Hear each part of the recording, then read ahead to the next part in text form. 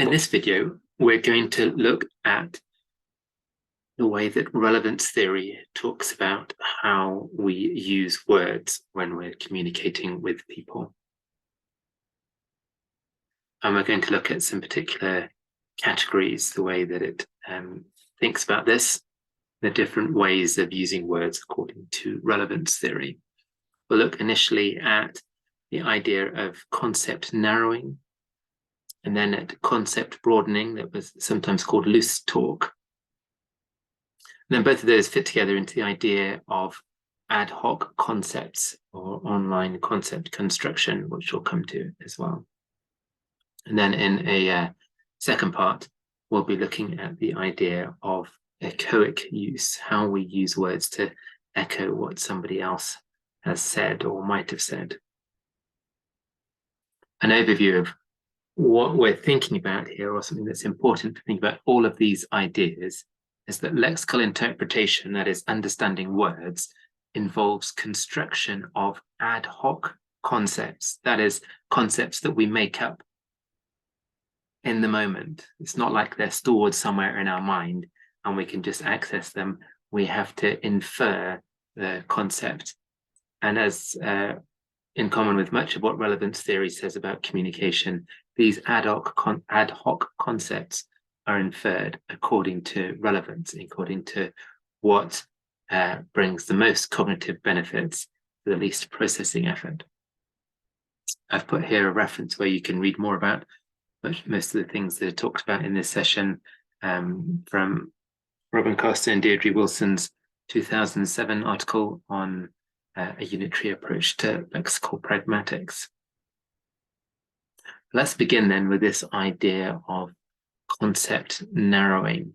When you hear someone say something like, "I'm not drinking tonight," what do you think they intend to communicate?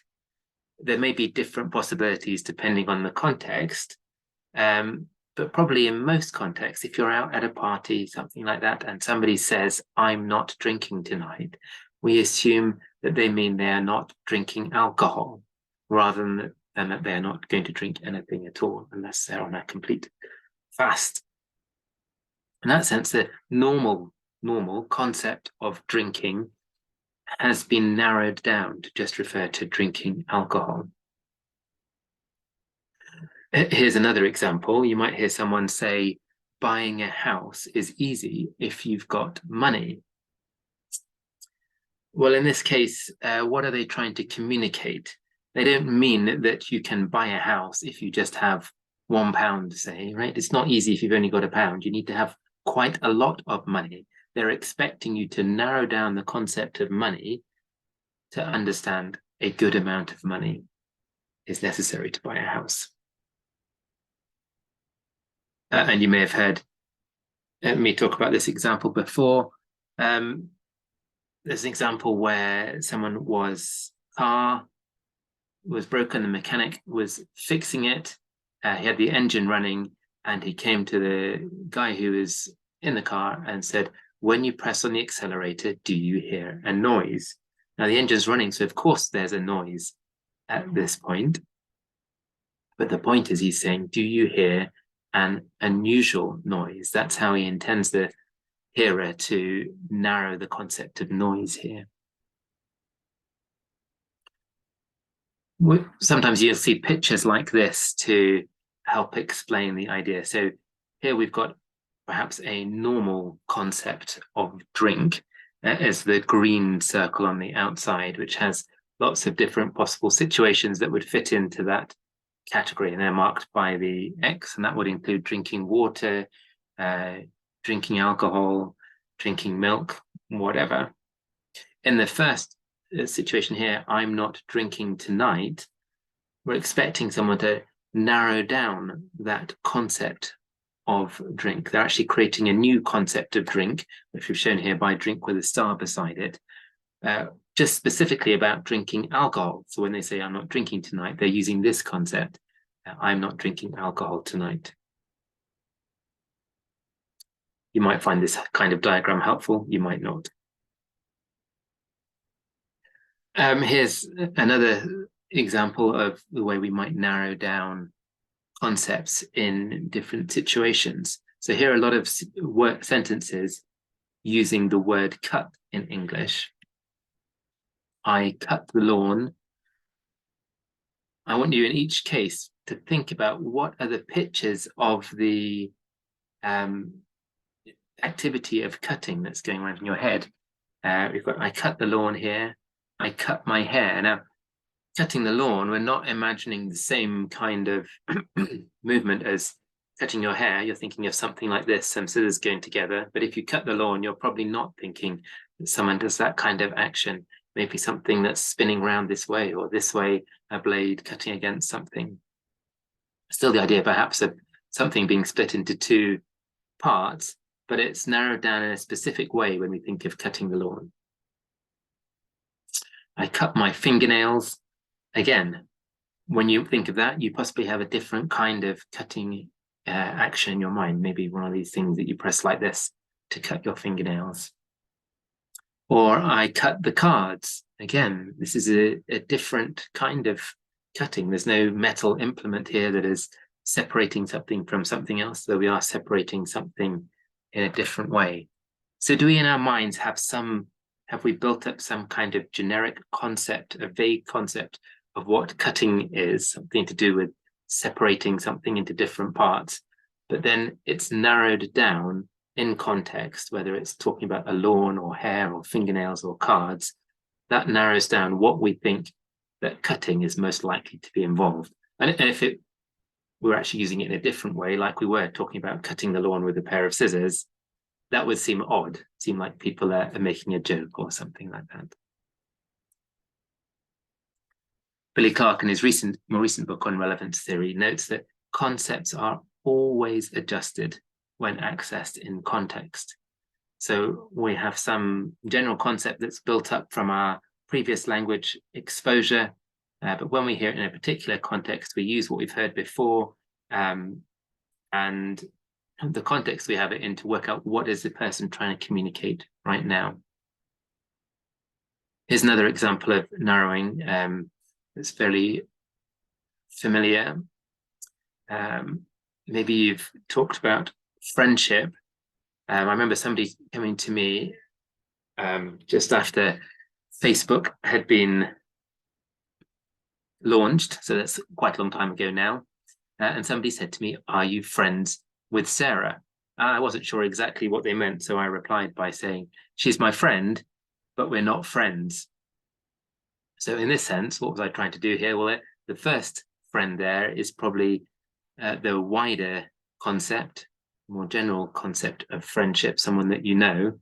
And the second use there, friends, is a narrower concept, a particular concept meaning friends on Facebook. We ask the question, is this a different lexical sense now of the word friend, that you can have friend as a general relationship or friend meaning a particular connection on a social media channel?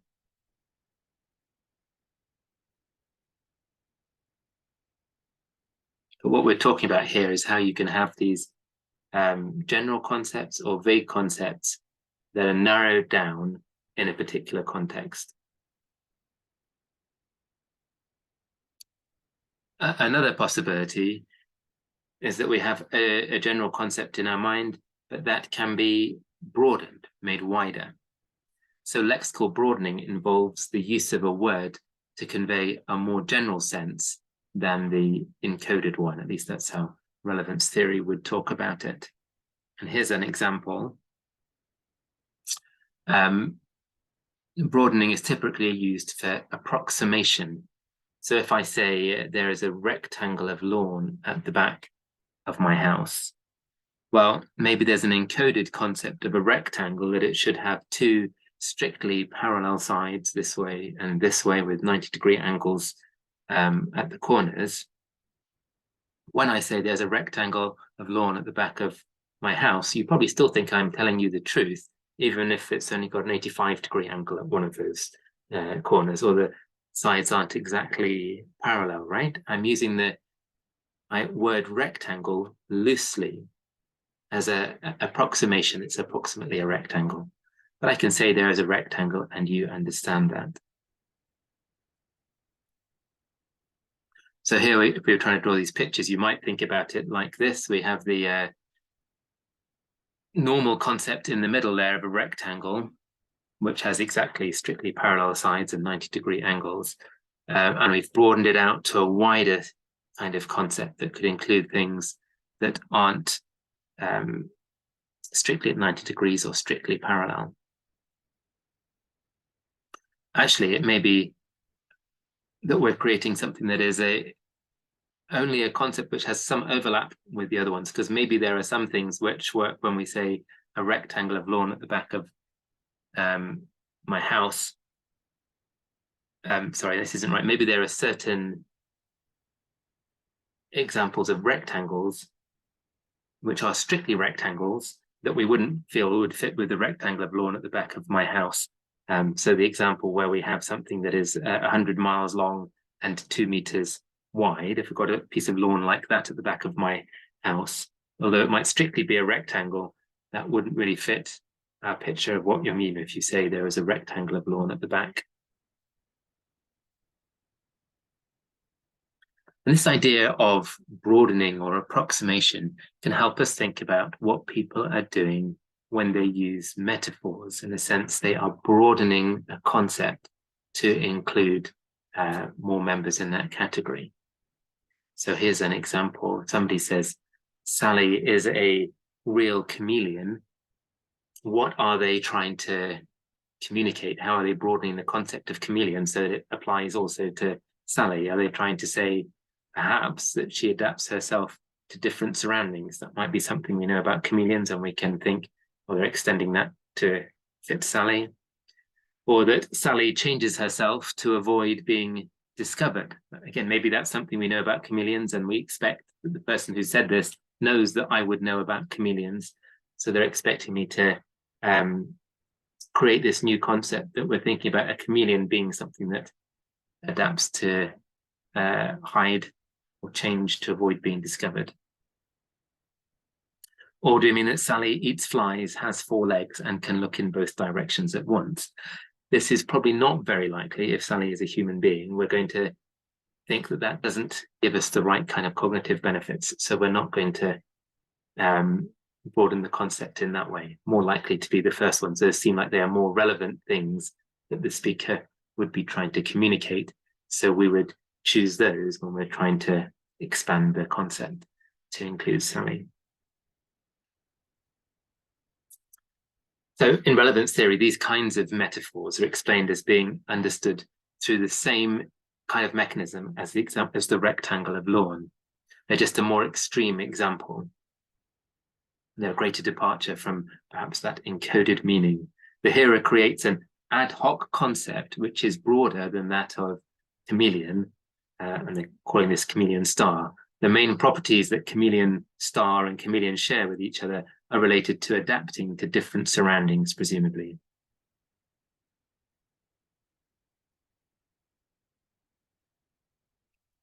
Another example of broadening comes with category extension. So here's an example that might make sense more to British people than to Americans. Can you pass the sellotape? If you're Americans, can you pass the scotch? Sellotape is a brand of sticky tape, and it would be fine to say, can you pass the sellotape, even when it's not sellotape tape, it's some other kind of sticky tape. So we're broadening the category from just that named brand of sellotape to any kind of sticky tape. You might say that sellotape is extended. The category of sellotape is extended to include all sorts of sticky tape. Here's another example. From a few years back, someone might say Iraq is this generation's Vietnam. What were they trying to communicate when they said that? Extending the category of Vietnam to include Iraq. Well, what is it about Vietnam that's being extended? Perhaps Vietnam is a salient member of the category of disastrous military intervention. And so they're trying to say Iraq is also in this category of disastrous military intervention and the one that's appropriate for this generation. How about ironing is the new yoga? what are we doing here? What are we trying to communicate here? Why have they used the word yoga? In what way is, by saying this, it's making us trying to create a comparison between ironing and yoga, and somehow we're using yoga to represent a category or to extend a category. How would we describe that category? Maybe it's something like fashionable pastimes for relieving stress.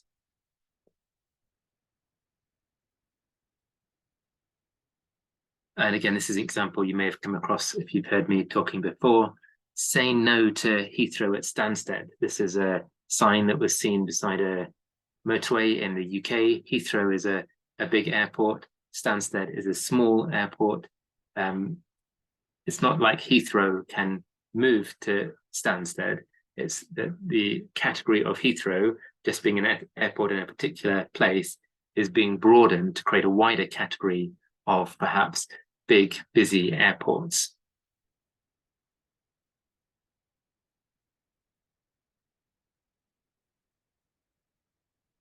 How might this happen in biblical text? Let's just look at an example here from John chapter 1, verse 29.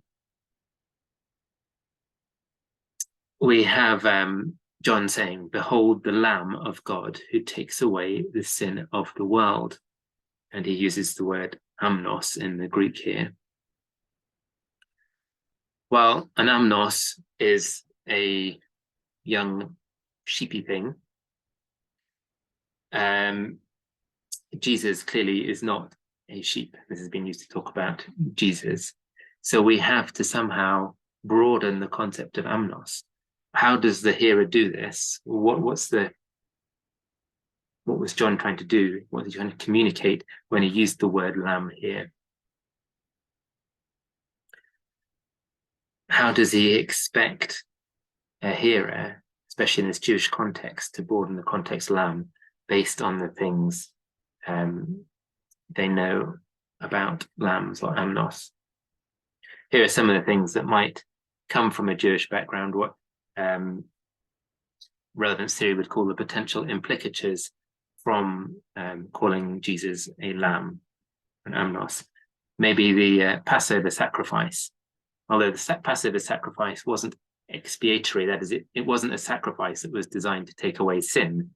So it wouldn't totally make sense to be the Lamb of God who takes away the sin if it's just the Passover in mind. Maybe the goat that was used to take away sin.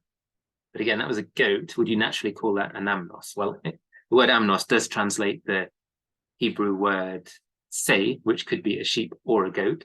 So maybe that's possible. The Tamid sacrifice that happened every afternoon, again, that was a lamb. That could be what's referred to here, although again, not particularly a sacrifice to take away sin. Maybe it's thinking about the amnos who was loved by God, like in the story that Nathan told to David about a man who had one little lamb that he loved very much. Maybe it's thinking about the lamb as the messianic leader of God's flock. It's particularly common in some of the Greek writings around this time. Maybe the sheep that replaced Isaac, although again here it wasn't an amnos in that case, it wasn't a young sheep, that was a ram, a different word in Hebrew. Or maybe again we think of the suffering servant in Isaiah 52, the one that was led like a lamb to the slaughter.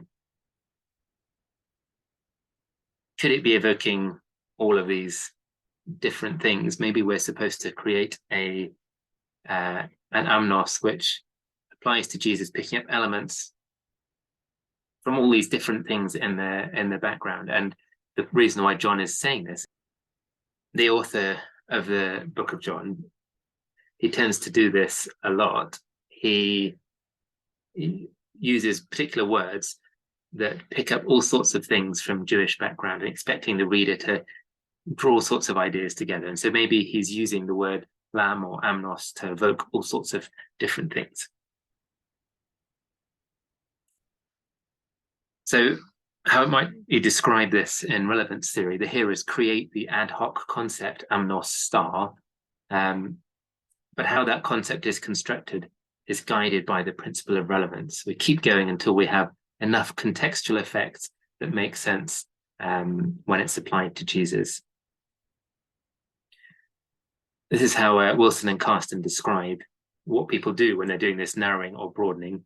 They say narrowing and broadening are triggered by the search for relevance, and these processes follow a path of least effort in whatever direction it leads. The lexical adjustment process comes about through mutual adjustment of explicatures, contextual assumptions, and implications, so as to satisfy the expectations of relevance raised by the utterance, and the process stops when these expectations are satisfied.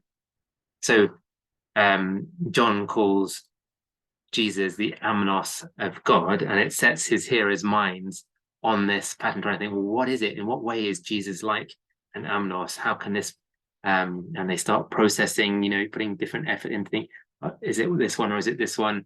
And some of this together, yes, this is the benefit I'm getting from it, is that Jesus in some way, like all these different kinds of sheep sacrifices we know about from the past. And they stop when they feel like they've got enough of an understanding. So finally, let's think about ad hoc concepts a little bit more. And we're going to do that through thinking about the word fresh and how we understand the word fresh in different contexts when it's linked with other different words. So you can do that by thinking of the opposites to some of these expressions here. If you talk about fresh laundry, what's the opposite of it? Maybe it's dirty laundry, right? It's clothes that have been used. What's the opposite of fresh vegetables? It could either be rotten vegetables, or maybe it's cooked vegetables. What's the opposite of a fresh idea? Some kind of stale idea, an old idea. What's the opposite of fresh air? Stale air.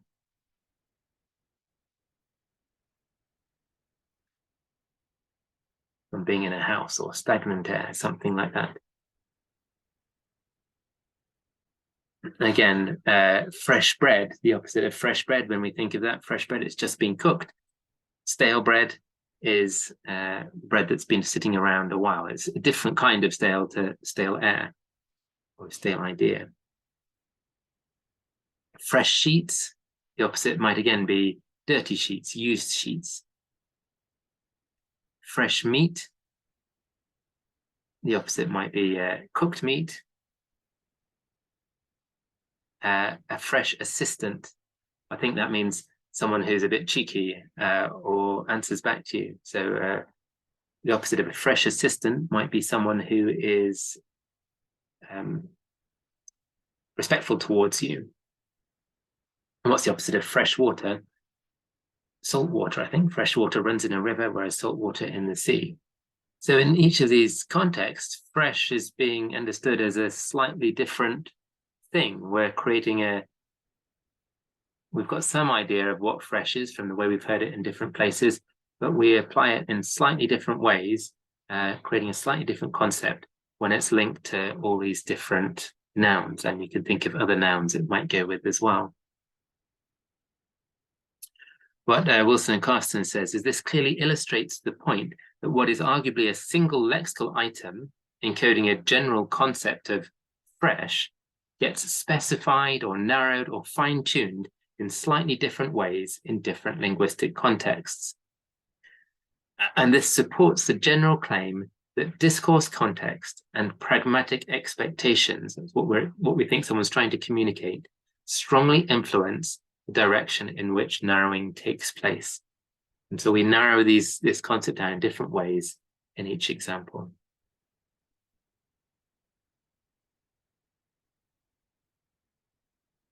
So there's a question of whether these ad hoc concepts can then become actually recognized senses of a word. Is it like we have different senses and we're choosing between them, or are we just online creating a concept in our mind for each of these in each event?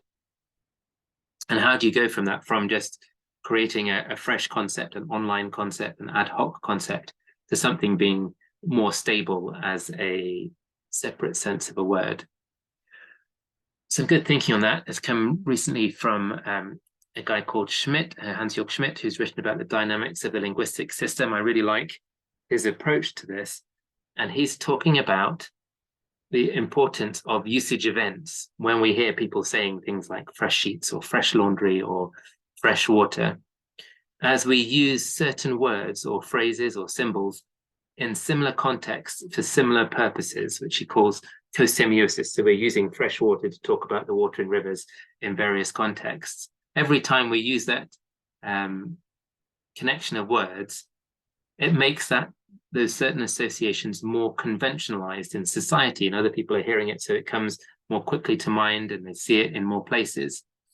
And also for me, individually, it makes it more entrenched in an individual mind. So the more times you hear it personally, it becomes more entrenched, so you're more likely to come up with narrowing the concept in that particular way. So there are these two loops that are fed by usage events using a particular word in a particular context. One loop is within society, becomes more familiar there, becomes more widespread, more conventionalized. And the other is in the mind of the person who is participating in that usage event. It becomes more entrenched every time they hear it. So how do these ad hoc concepts connect to translation? One thing that's important is to remember that people will clarify senses of words, especially new words that they maybe haven't heard before, or words that they are already familiar with but are being used in a new way. People will clarify those senses of words by creating ad hoc concepts themselves according to relevance in the context. So this is true for things like loan words, which maybe weren't in the language before. So somebody's reading Genesis in English and they come across the cherubim guarding Eden.